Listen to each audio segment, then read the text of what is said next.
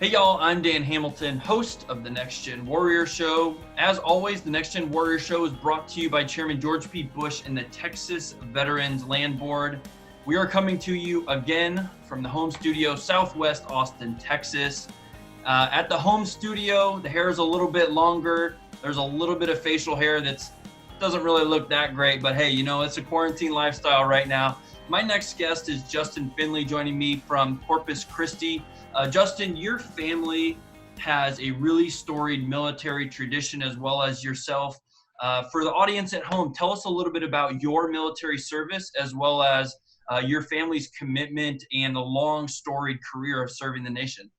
Sure. First of all, Dan, thanks for having me, and thank you for your service, and any veterans listening or frontline responders, medical field and what have you. Thank you very much for your service. On a side note, I spoke with a friend of mine, Travis Wheat, this morning, President and CEO of Wheat Energy Partners. He mentioned meeting Commissioner Bush in Amarillo a few weeks back and had a great experience. So on behalf of our industry, thank you very much for all y'all are doing. You're right. I started as an operations engineer, petroleum engineer from Texas Tech in Dallas. Spent a few years doing that before I went into the Navy. I was based in Coronado, California. I got out, I came back home. I currently have one cousin serving in the Marines, two that have recently got out. My father was a frogman, UDT 21, Team 2. My grandfather, both of them served in the Navy as well. One in the South Pacific during World War II and the other in Korea. My grandmother, interestingly enough, was on Admiral Nimitz's staff during the World War II.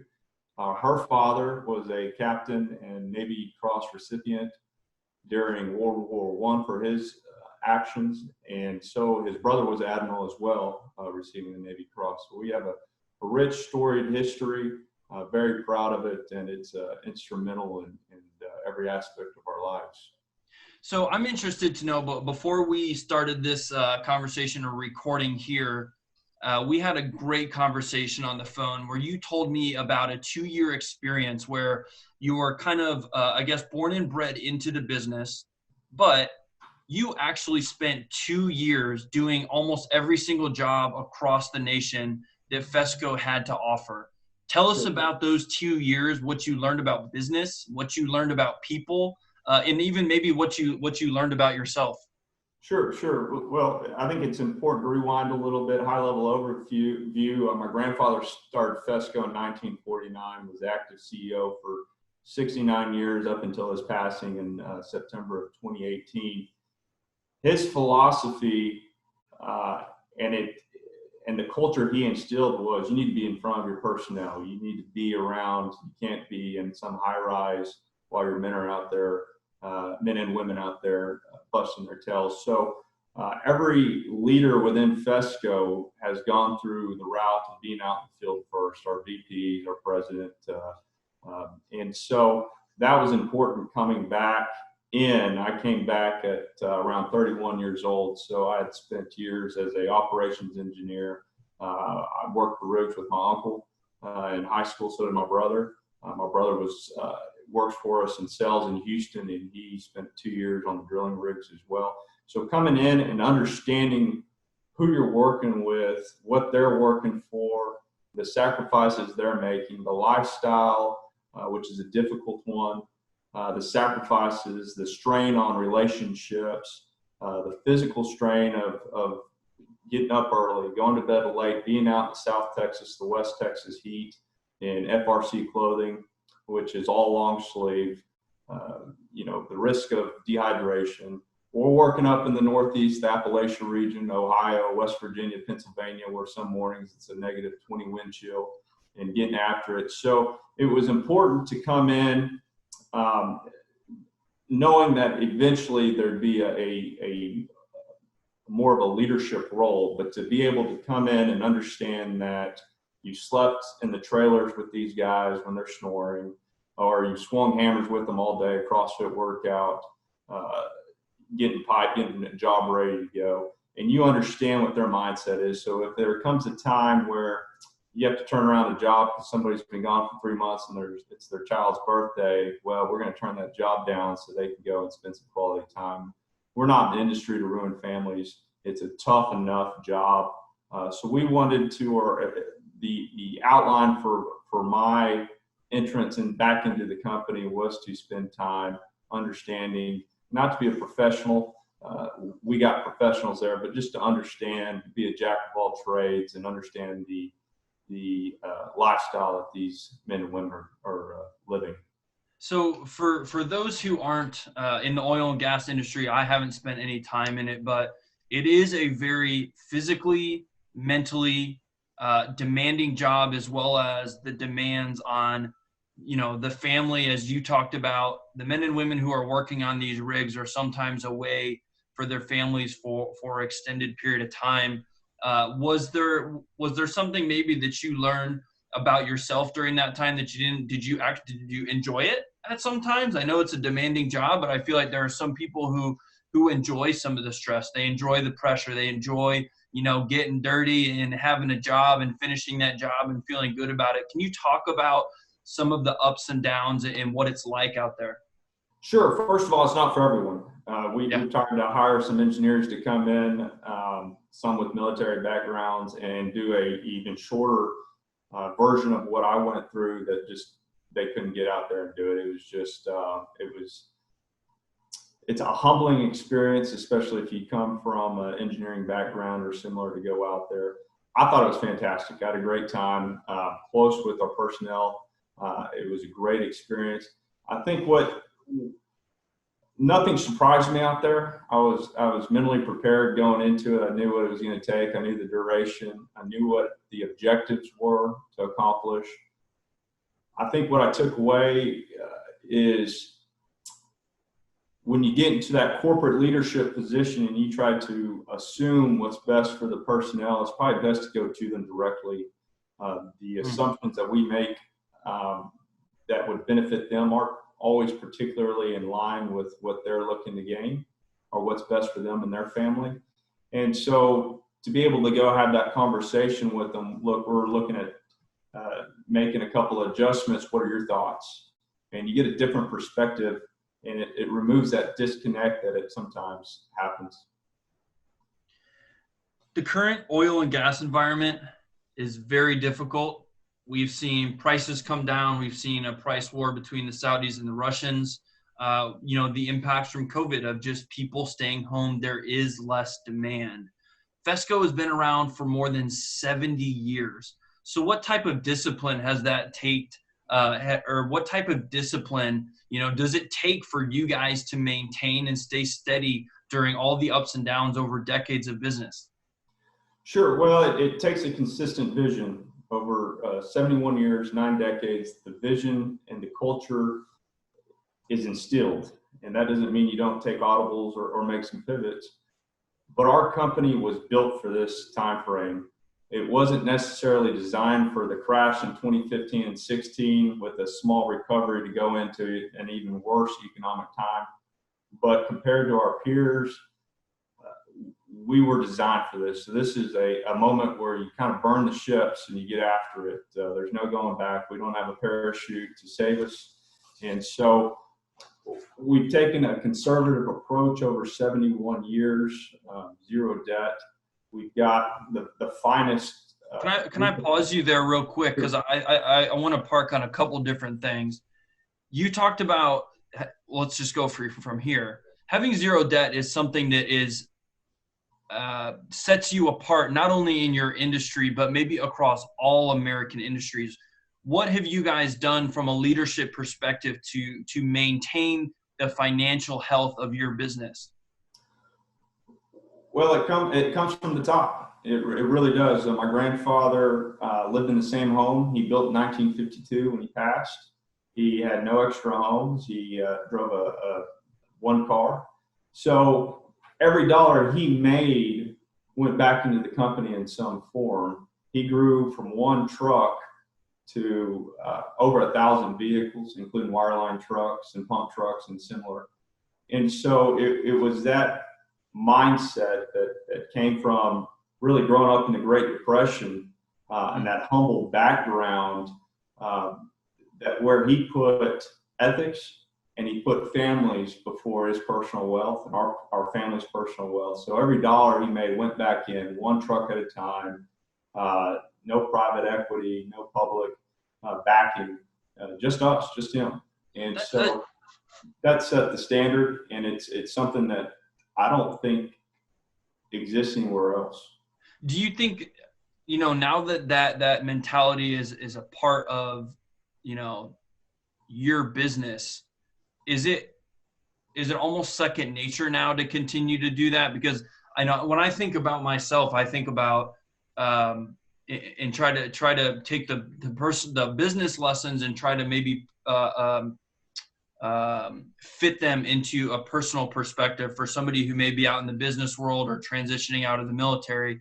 I think, even for myself, as I said, can be very short-sighted and have a lack of patience. Are those kind of characteristics that having patience, being thrifty, taking the time to care for the people around you, is that something that has now become second nature for you? Is that something that you've maybe had to learn too as a leader in the business? Sure. I think it comes down to your passion, and my grandfather's passion, my father's passion, who runs the company now, is the families that we employ. And so with always having that as a background, it gives us a little bit of a room for error. And so that conservative approach is with us in every direction, every acquisition, every choice, every decision we make, especially when it comes to capital. There's nothing worse than having to let people go, especially ones who've been with you for decades. It's a heartbreaking event, and we're fortunate with the foundation that FESCO has to be very limited to that. Now, that doesn't guarantee our success and coming out of this recession at all. We're going to have to fight the biggest battle of our 71 years. So is that something that you're looking at now? Is there maybe something in the future that makes you either optimistic about business, or is there, an approach that you think you might be able to bring to the business to add a different way of approaching business or to grow it, or kind of what's your perspective on the future of not only the industry, but of FESCO? Sure. I think, we have a built-in advantage without a doubt. And it's 85-90% of what we're doing is why we're still here. Now, there comes a time that the entire industry over the last probably 5 years has completely changed. And so what worked for the first 65 years isn't going to work for the past 5-6 years and then going forward. So we're going to have to be very focused on making some pivots. What we excel at is having the absolute best personnel in the industry. A lot of folks will say that it's proven with our team. I would put our guys against anybody in the world when it comes to the services we provide. So we have that advantage right there. We've got the best equipment in the industry. Now, what we're going to have to do to survive, the blueprint of FESCO was to have enough cash on hand to survive a downturn and then be successful during the upturn. So during the 15 and 16 downturn, we didn't lay anybody off. Well, what it did was it ate up that capital. In hindsight, 2017, it certainly didn't feel like it at the time, but hindsight 2017 through Q1 2020 were the best economic times that we'll probably have for the next few years. So we're going back and we're looking at those numbers, those services, those districts. How could we have come out stronger? And so we're preparing to come out with those revisions after a deep look in the mirror and see how we can improve as a company. And that's going to be a lot of pivoting for sure. Yeah. Is there, for a business that's been in operation for over 70 years, that has, just a really solid culture and structure and set of characteristics, is there any chafing in your mind of how do I take something that has been so successful for so long and either pivot it, or does it feel natural? It feels natural. I tell our guys all the time, especially new ones that have come into the industry, there's not a better company to come work for. Everything's already, all the kinks have already been fixed. The if our guys will come in and just learn from our trainers, which are all have 30 plus years as former FESCO managers who stayed on, if they'll go through the checklists, if they'll have meetings after jobs, there's no reason for any errors going forward. So that takes out that learning curve by being surrounded by the best people in the industry for our specific services. And so that's the easiest part. From there, we have to start vertically integrating. We have to get our story out. We have to grow our services. We have to increase our market share during this downtime. And unfortunately, there's companies that aren't going to survive. Yep. And we need to be there to pick up that load, even hire some of those personnel possibly. But at the end of the day, we need to protect the ship, being FESCO, and our personnel, and make sure that they can continue having a high quality of life. But they're committed. Our guys, our team understands, whether it be the men out in the field or the support staff, the men and women in the shops assisting. We all understand what we're looking at, and it's the darkest time frame that I'm aware of. We're way worse than the 80s crash. And so everybody understands, and we're pulling in the right direction. We've got a great team, great managers. And so there's a few tweaks when it comes to marketing, get our name out there. Some technology advances in both the field application, the finance application. And so we understand that. We understand we're an imperfect company. And so we'll continue to grow and evolve so that we can come out of this terrible situation much stronger. So I'm gonna ask you a little bit more of a personal question here, instead of just strictly from the business itself. As somebody who grew up around the business and watched it grow from the ground up, was there ever a time where you thought about working in a different industry? Not a different industry at all. I grew up in a small town in South Texas, Alice, where you were either oil and gas in some form or fashion, or ranching or farming. And I went to Texas Tech, which really is not that different. But what was different was the different cultures and cities that some of my friends, being in a fraternity and being active in sports and what have you up there, you got a lot of different input. It was a melting pot that I was not accustomed to. It was a culture shock to a degree. And then moving from there to Dallas as an operations engineer and eventually getting a senior engineer, utilizing my petroleum engineering degree, but being with different successful people, whether that be in finance through private equity or real estate or some other form of engineering, it was, I got around it and I tried to absorb as much as possible. Now, in retrospect, maybe energy it's been difficult since I came back home. There hasn't really been a time frame where I missed the Eagle-Ford, or I missed the 2010 through 2014 boom to a degree. And so since I've been back, and it was kind of joked that, well, maybe I'm kind of the genesis of the difficulties coming back home. But it's been challenging, but it's the finest industry there is. And I remember 20 years ago, my dad telling me that the OFS sector, the oil field service sector, is the last true service. And what he meant by that was, if you go to Costco, or if you go to the mall, or if you go to a Starbucks, or you go anywhere and you have poor service, chances are you're going to go back. Our line of the industry, if you have one poor performance, your data is inaccurate, you have any operational issues, there's 20 companies waiting to replace you, and you will be replaced. And so there's a lot of consequences to poor service. And so it's a challenging service or industry that I thoroughly enjoy and proud to be a part of. And I'm committed. We're in. I love it. I'm interested to know, for the audience to know the story about your grandfather, how he built the first truck that started the business. Sure. And like I said, I love telling the story. I don't think it's told enough. And so that's part of our team, and what we're trying to do is get our name back out there. There was a time frame where if I went and met with an engineer or a operations manager that was 45, 50 years old or older, they'd say, FESCO's a great company, never sold out, great service, what a story. But if you go meet with my age or a little younger, don't know, don't care. But once you tell the story, it really increases that bond and that mutual respect, and it's a tremendous benefit.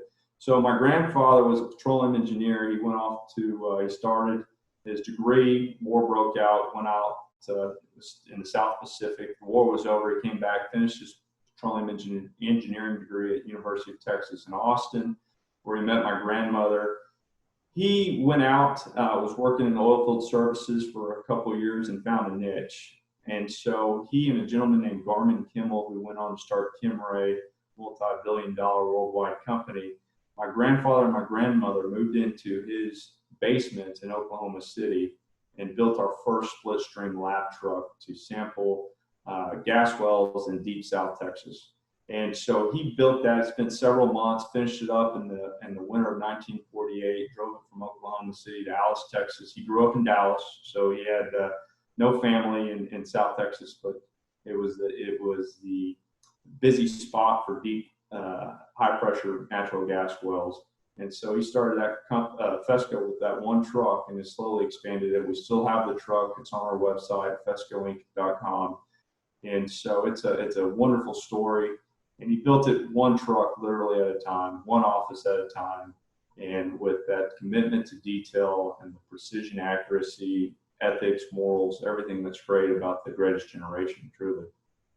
So from one truck, how large has the business grown? Our peak was in 2014. We had about 1,300 employees. Currently, we have more vehicles than we have employees, so we're trying to right size as a company.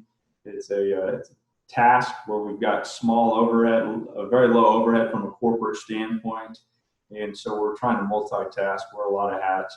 But it's grown. It's an extremely impressive company. We've probably been a little too humble about it, which might have hurt our market share in the last decade.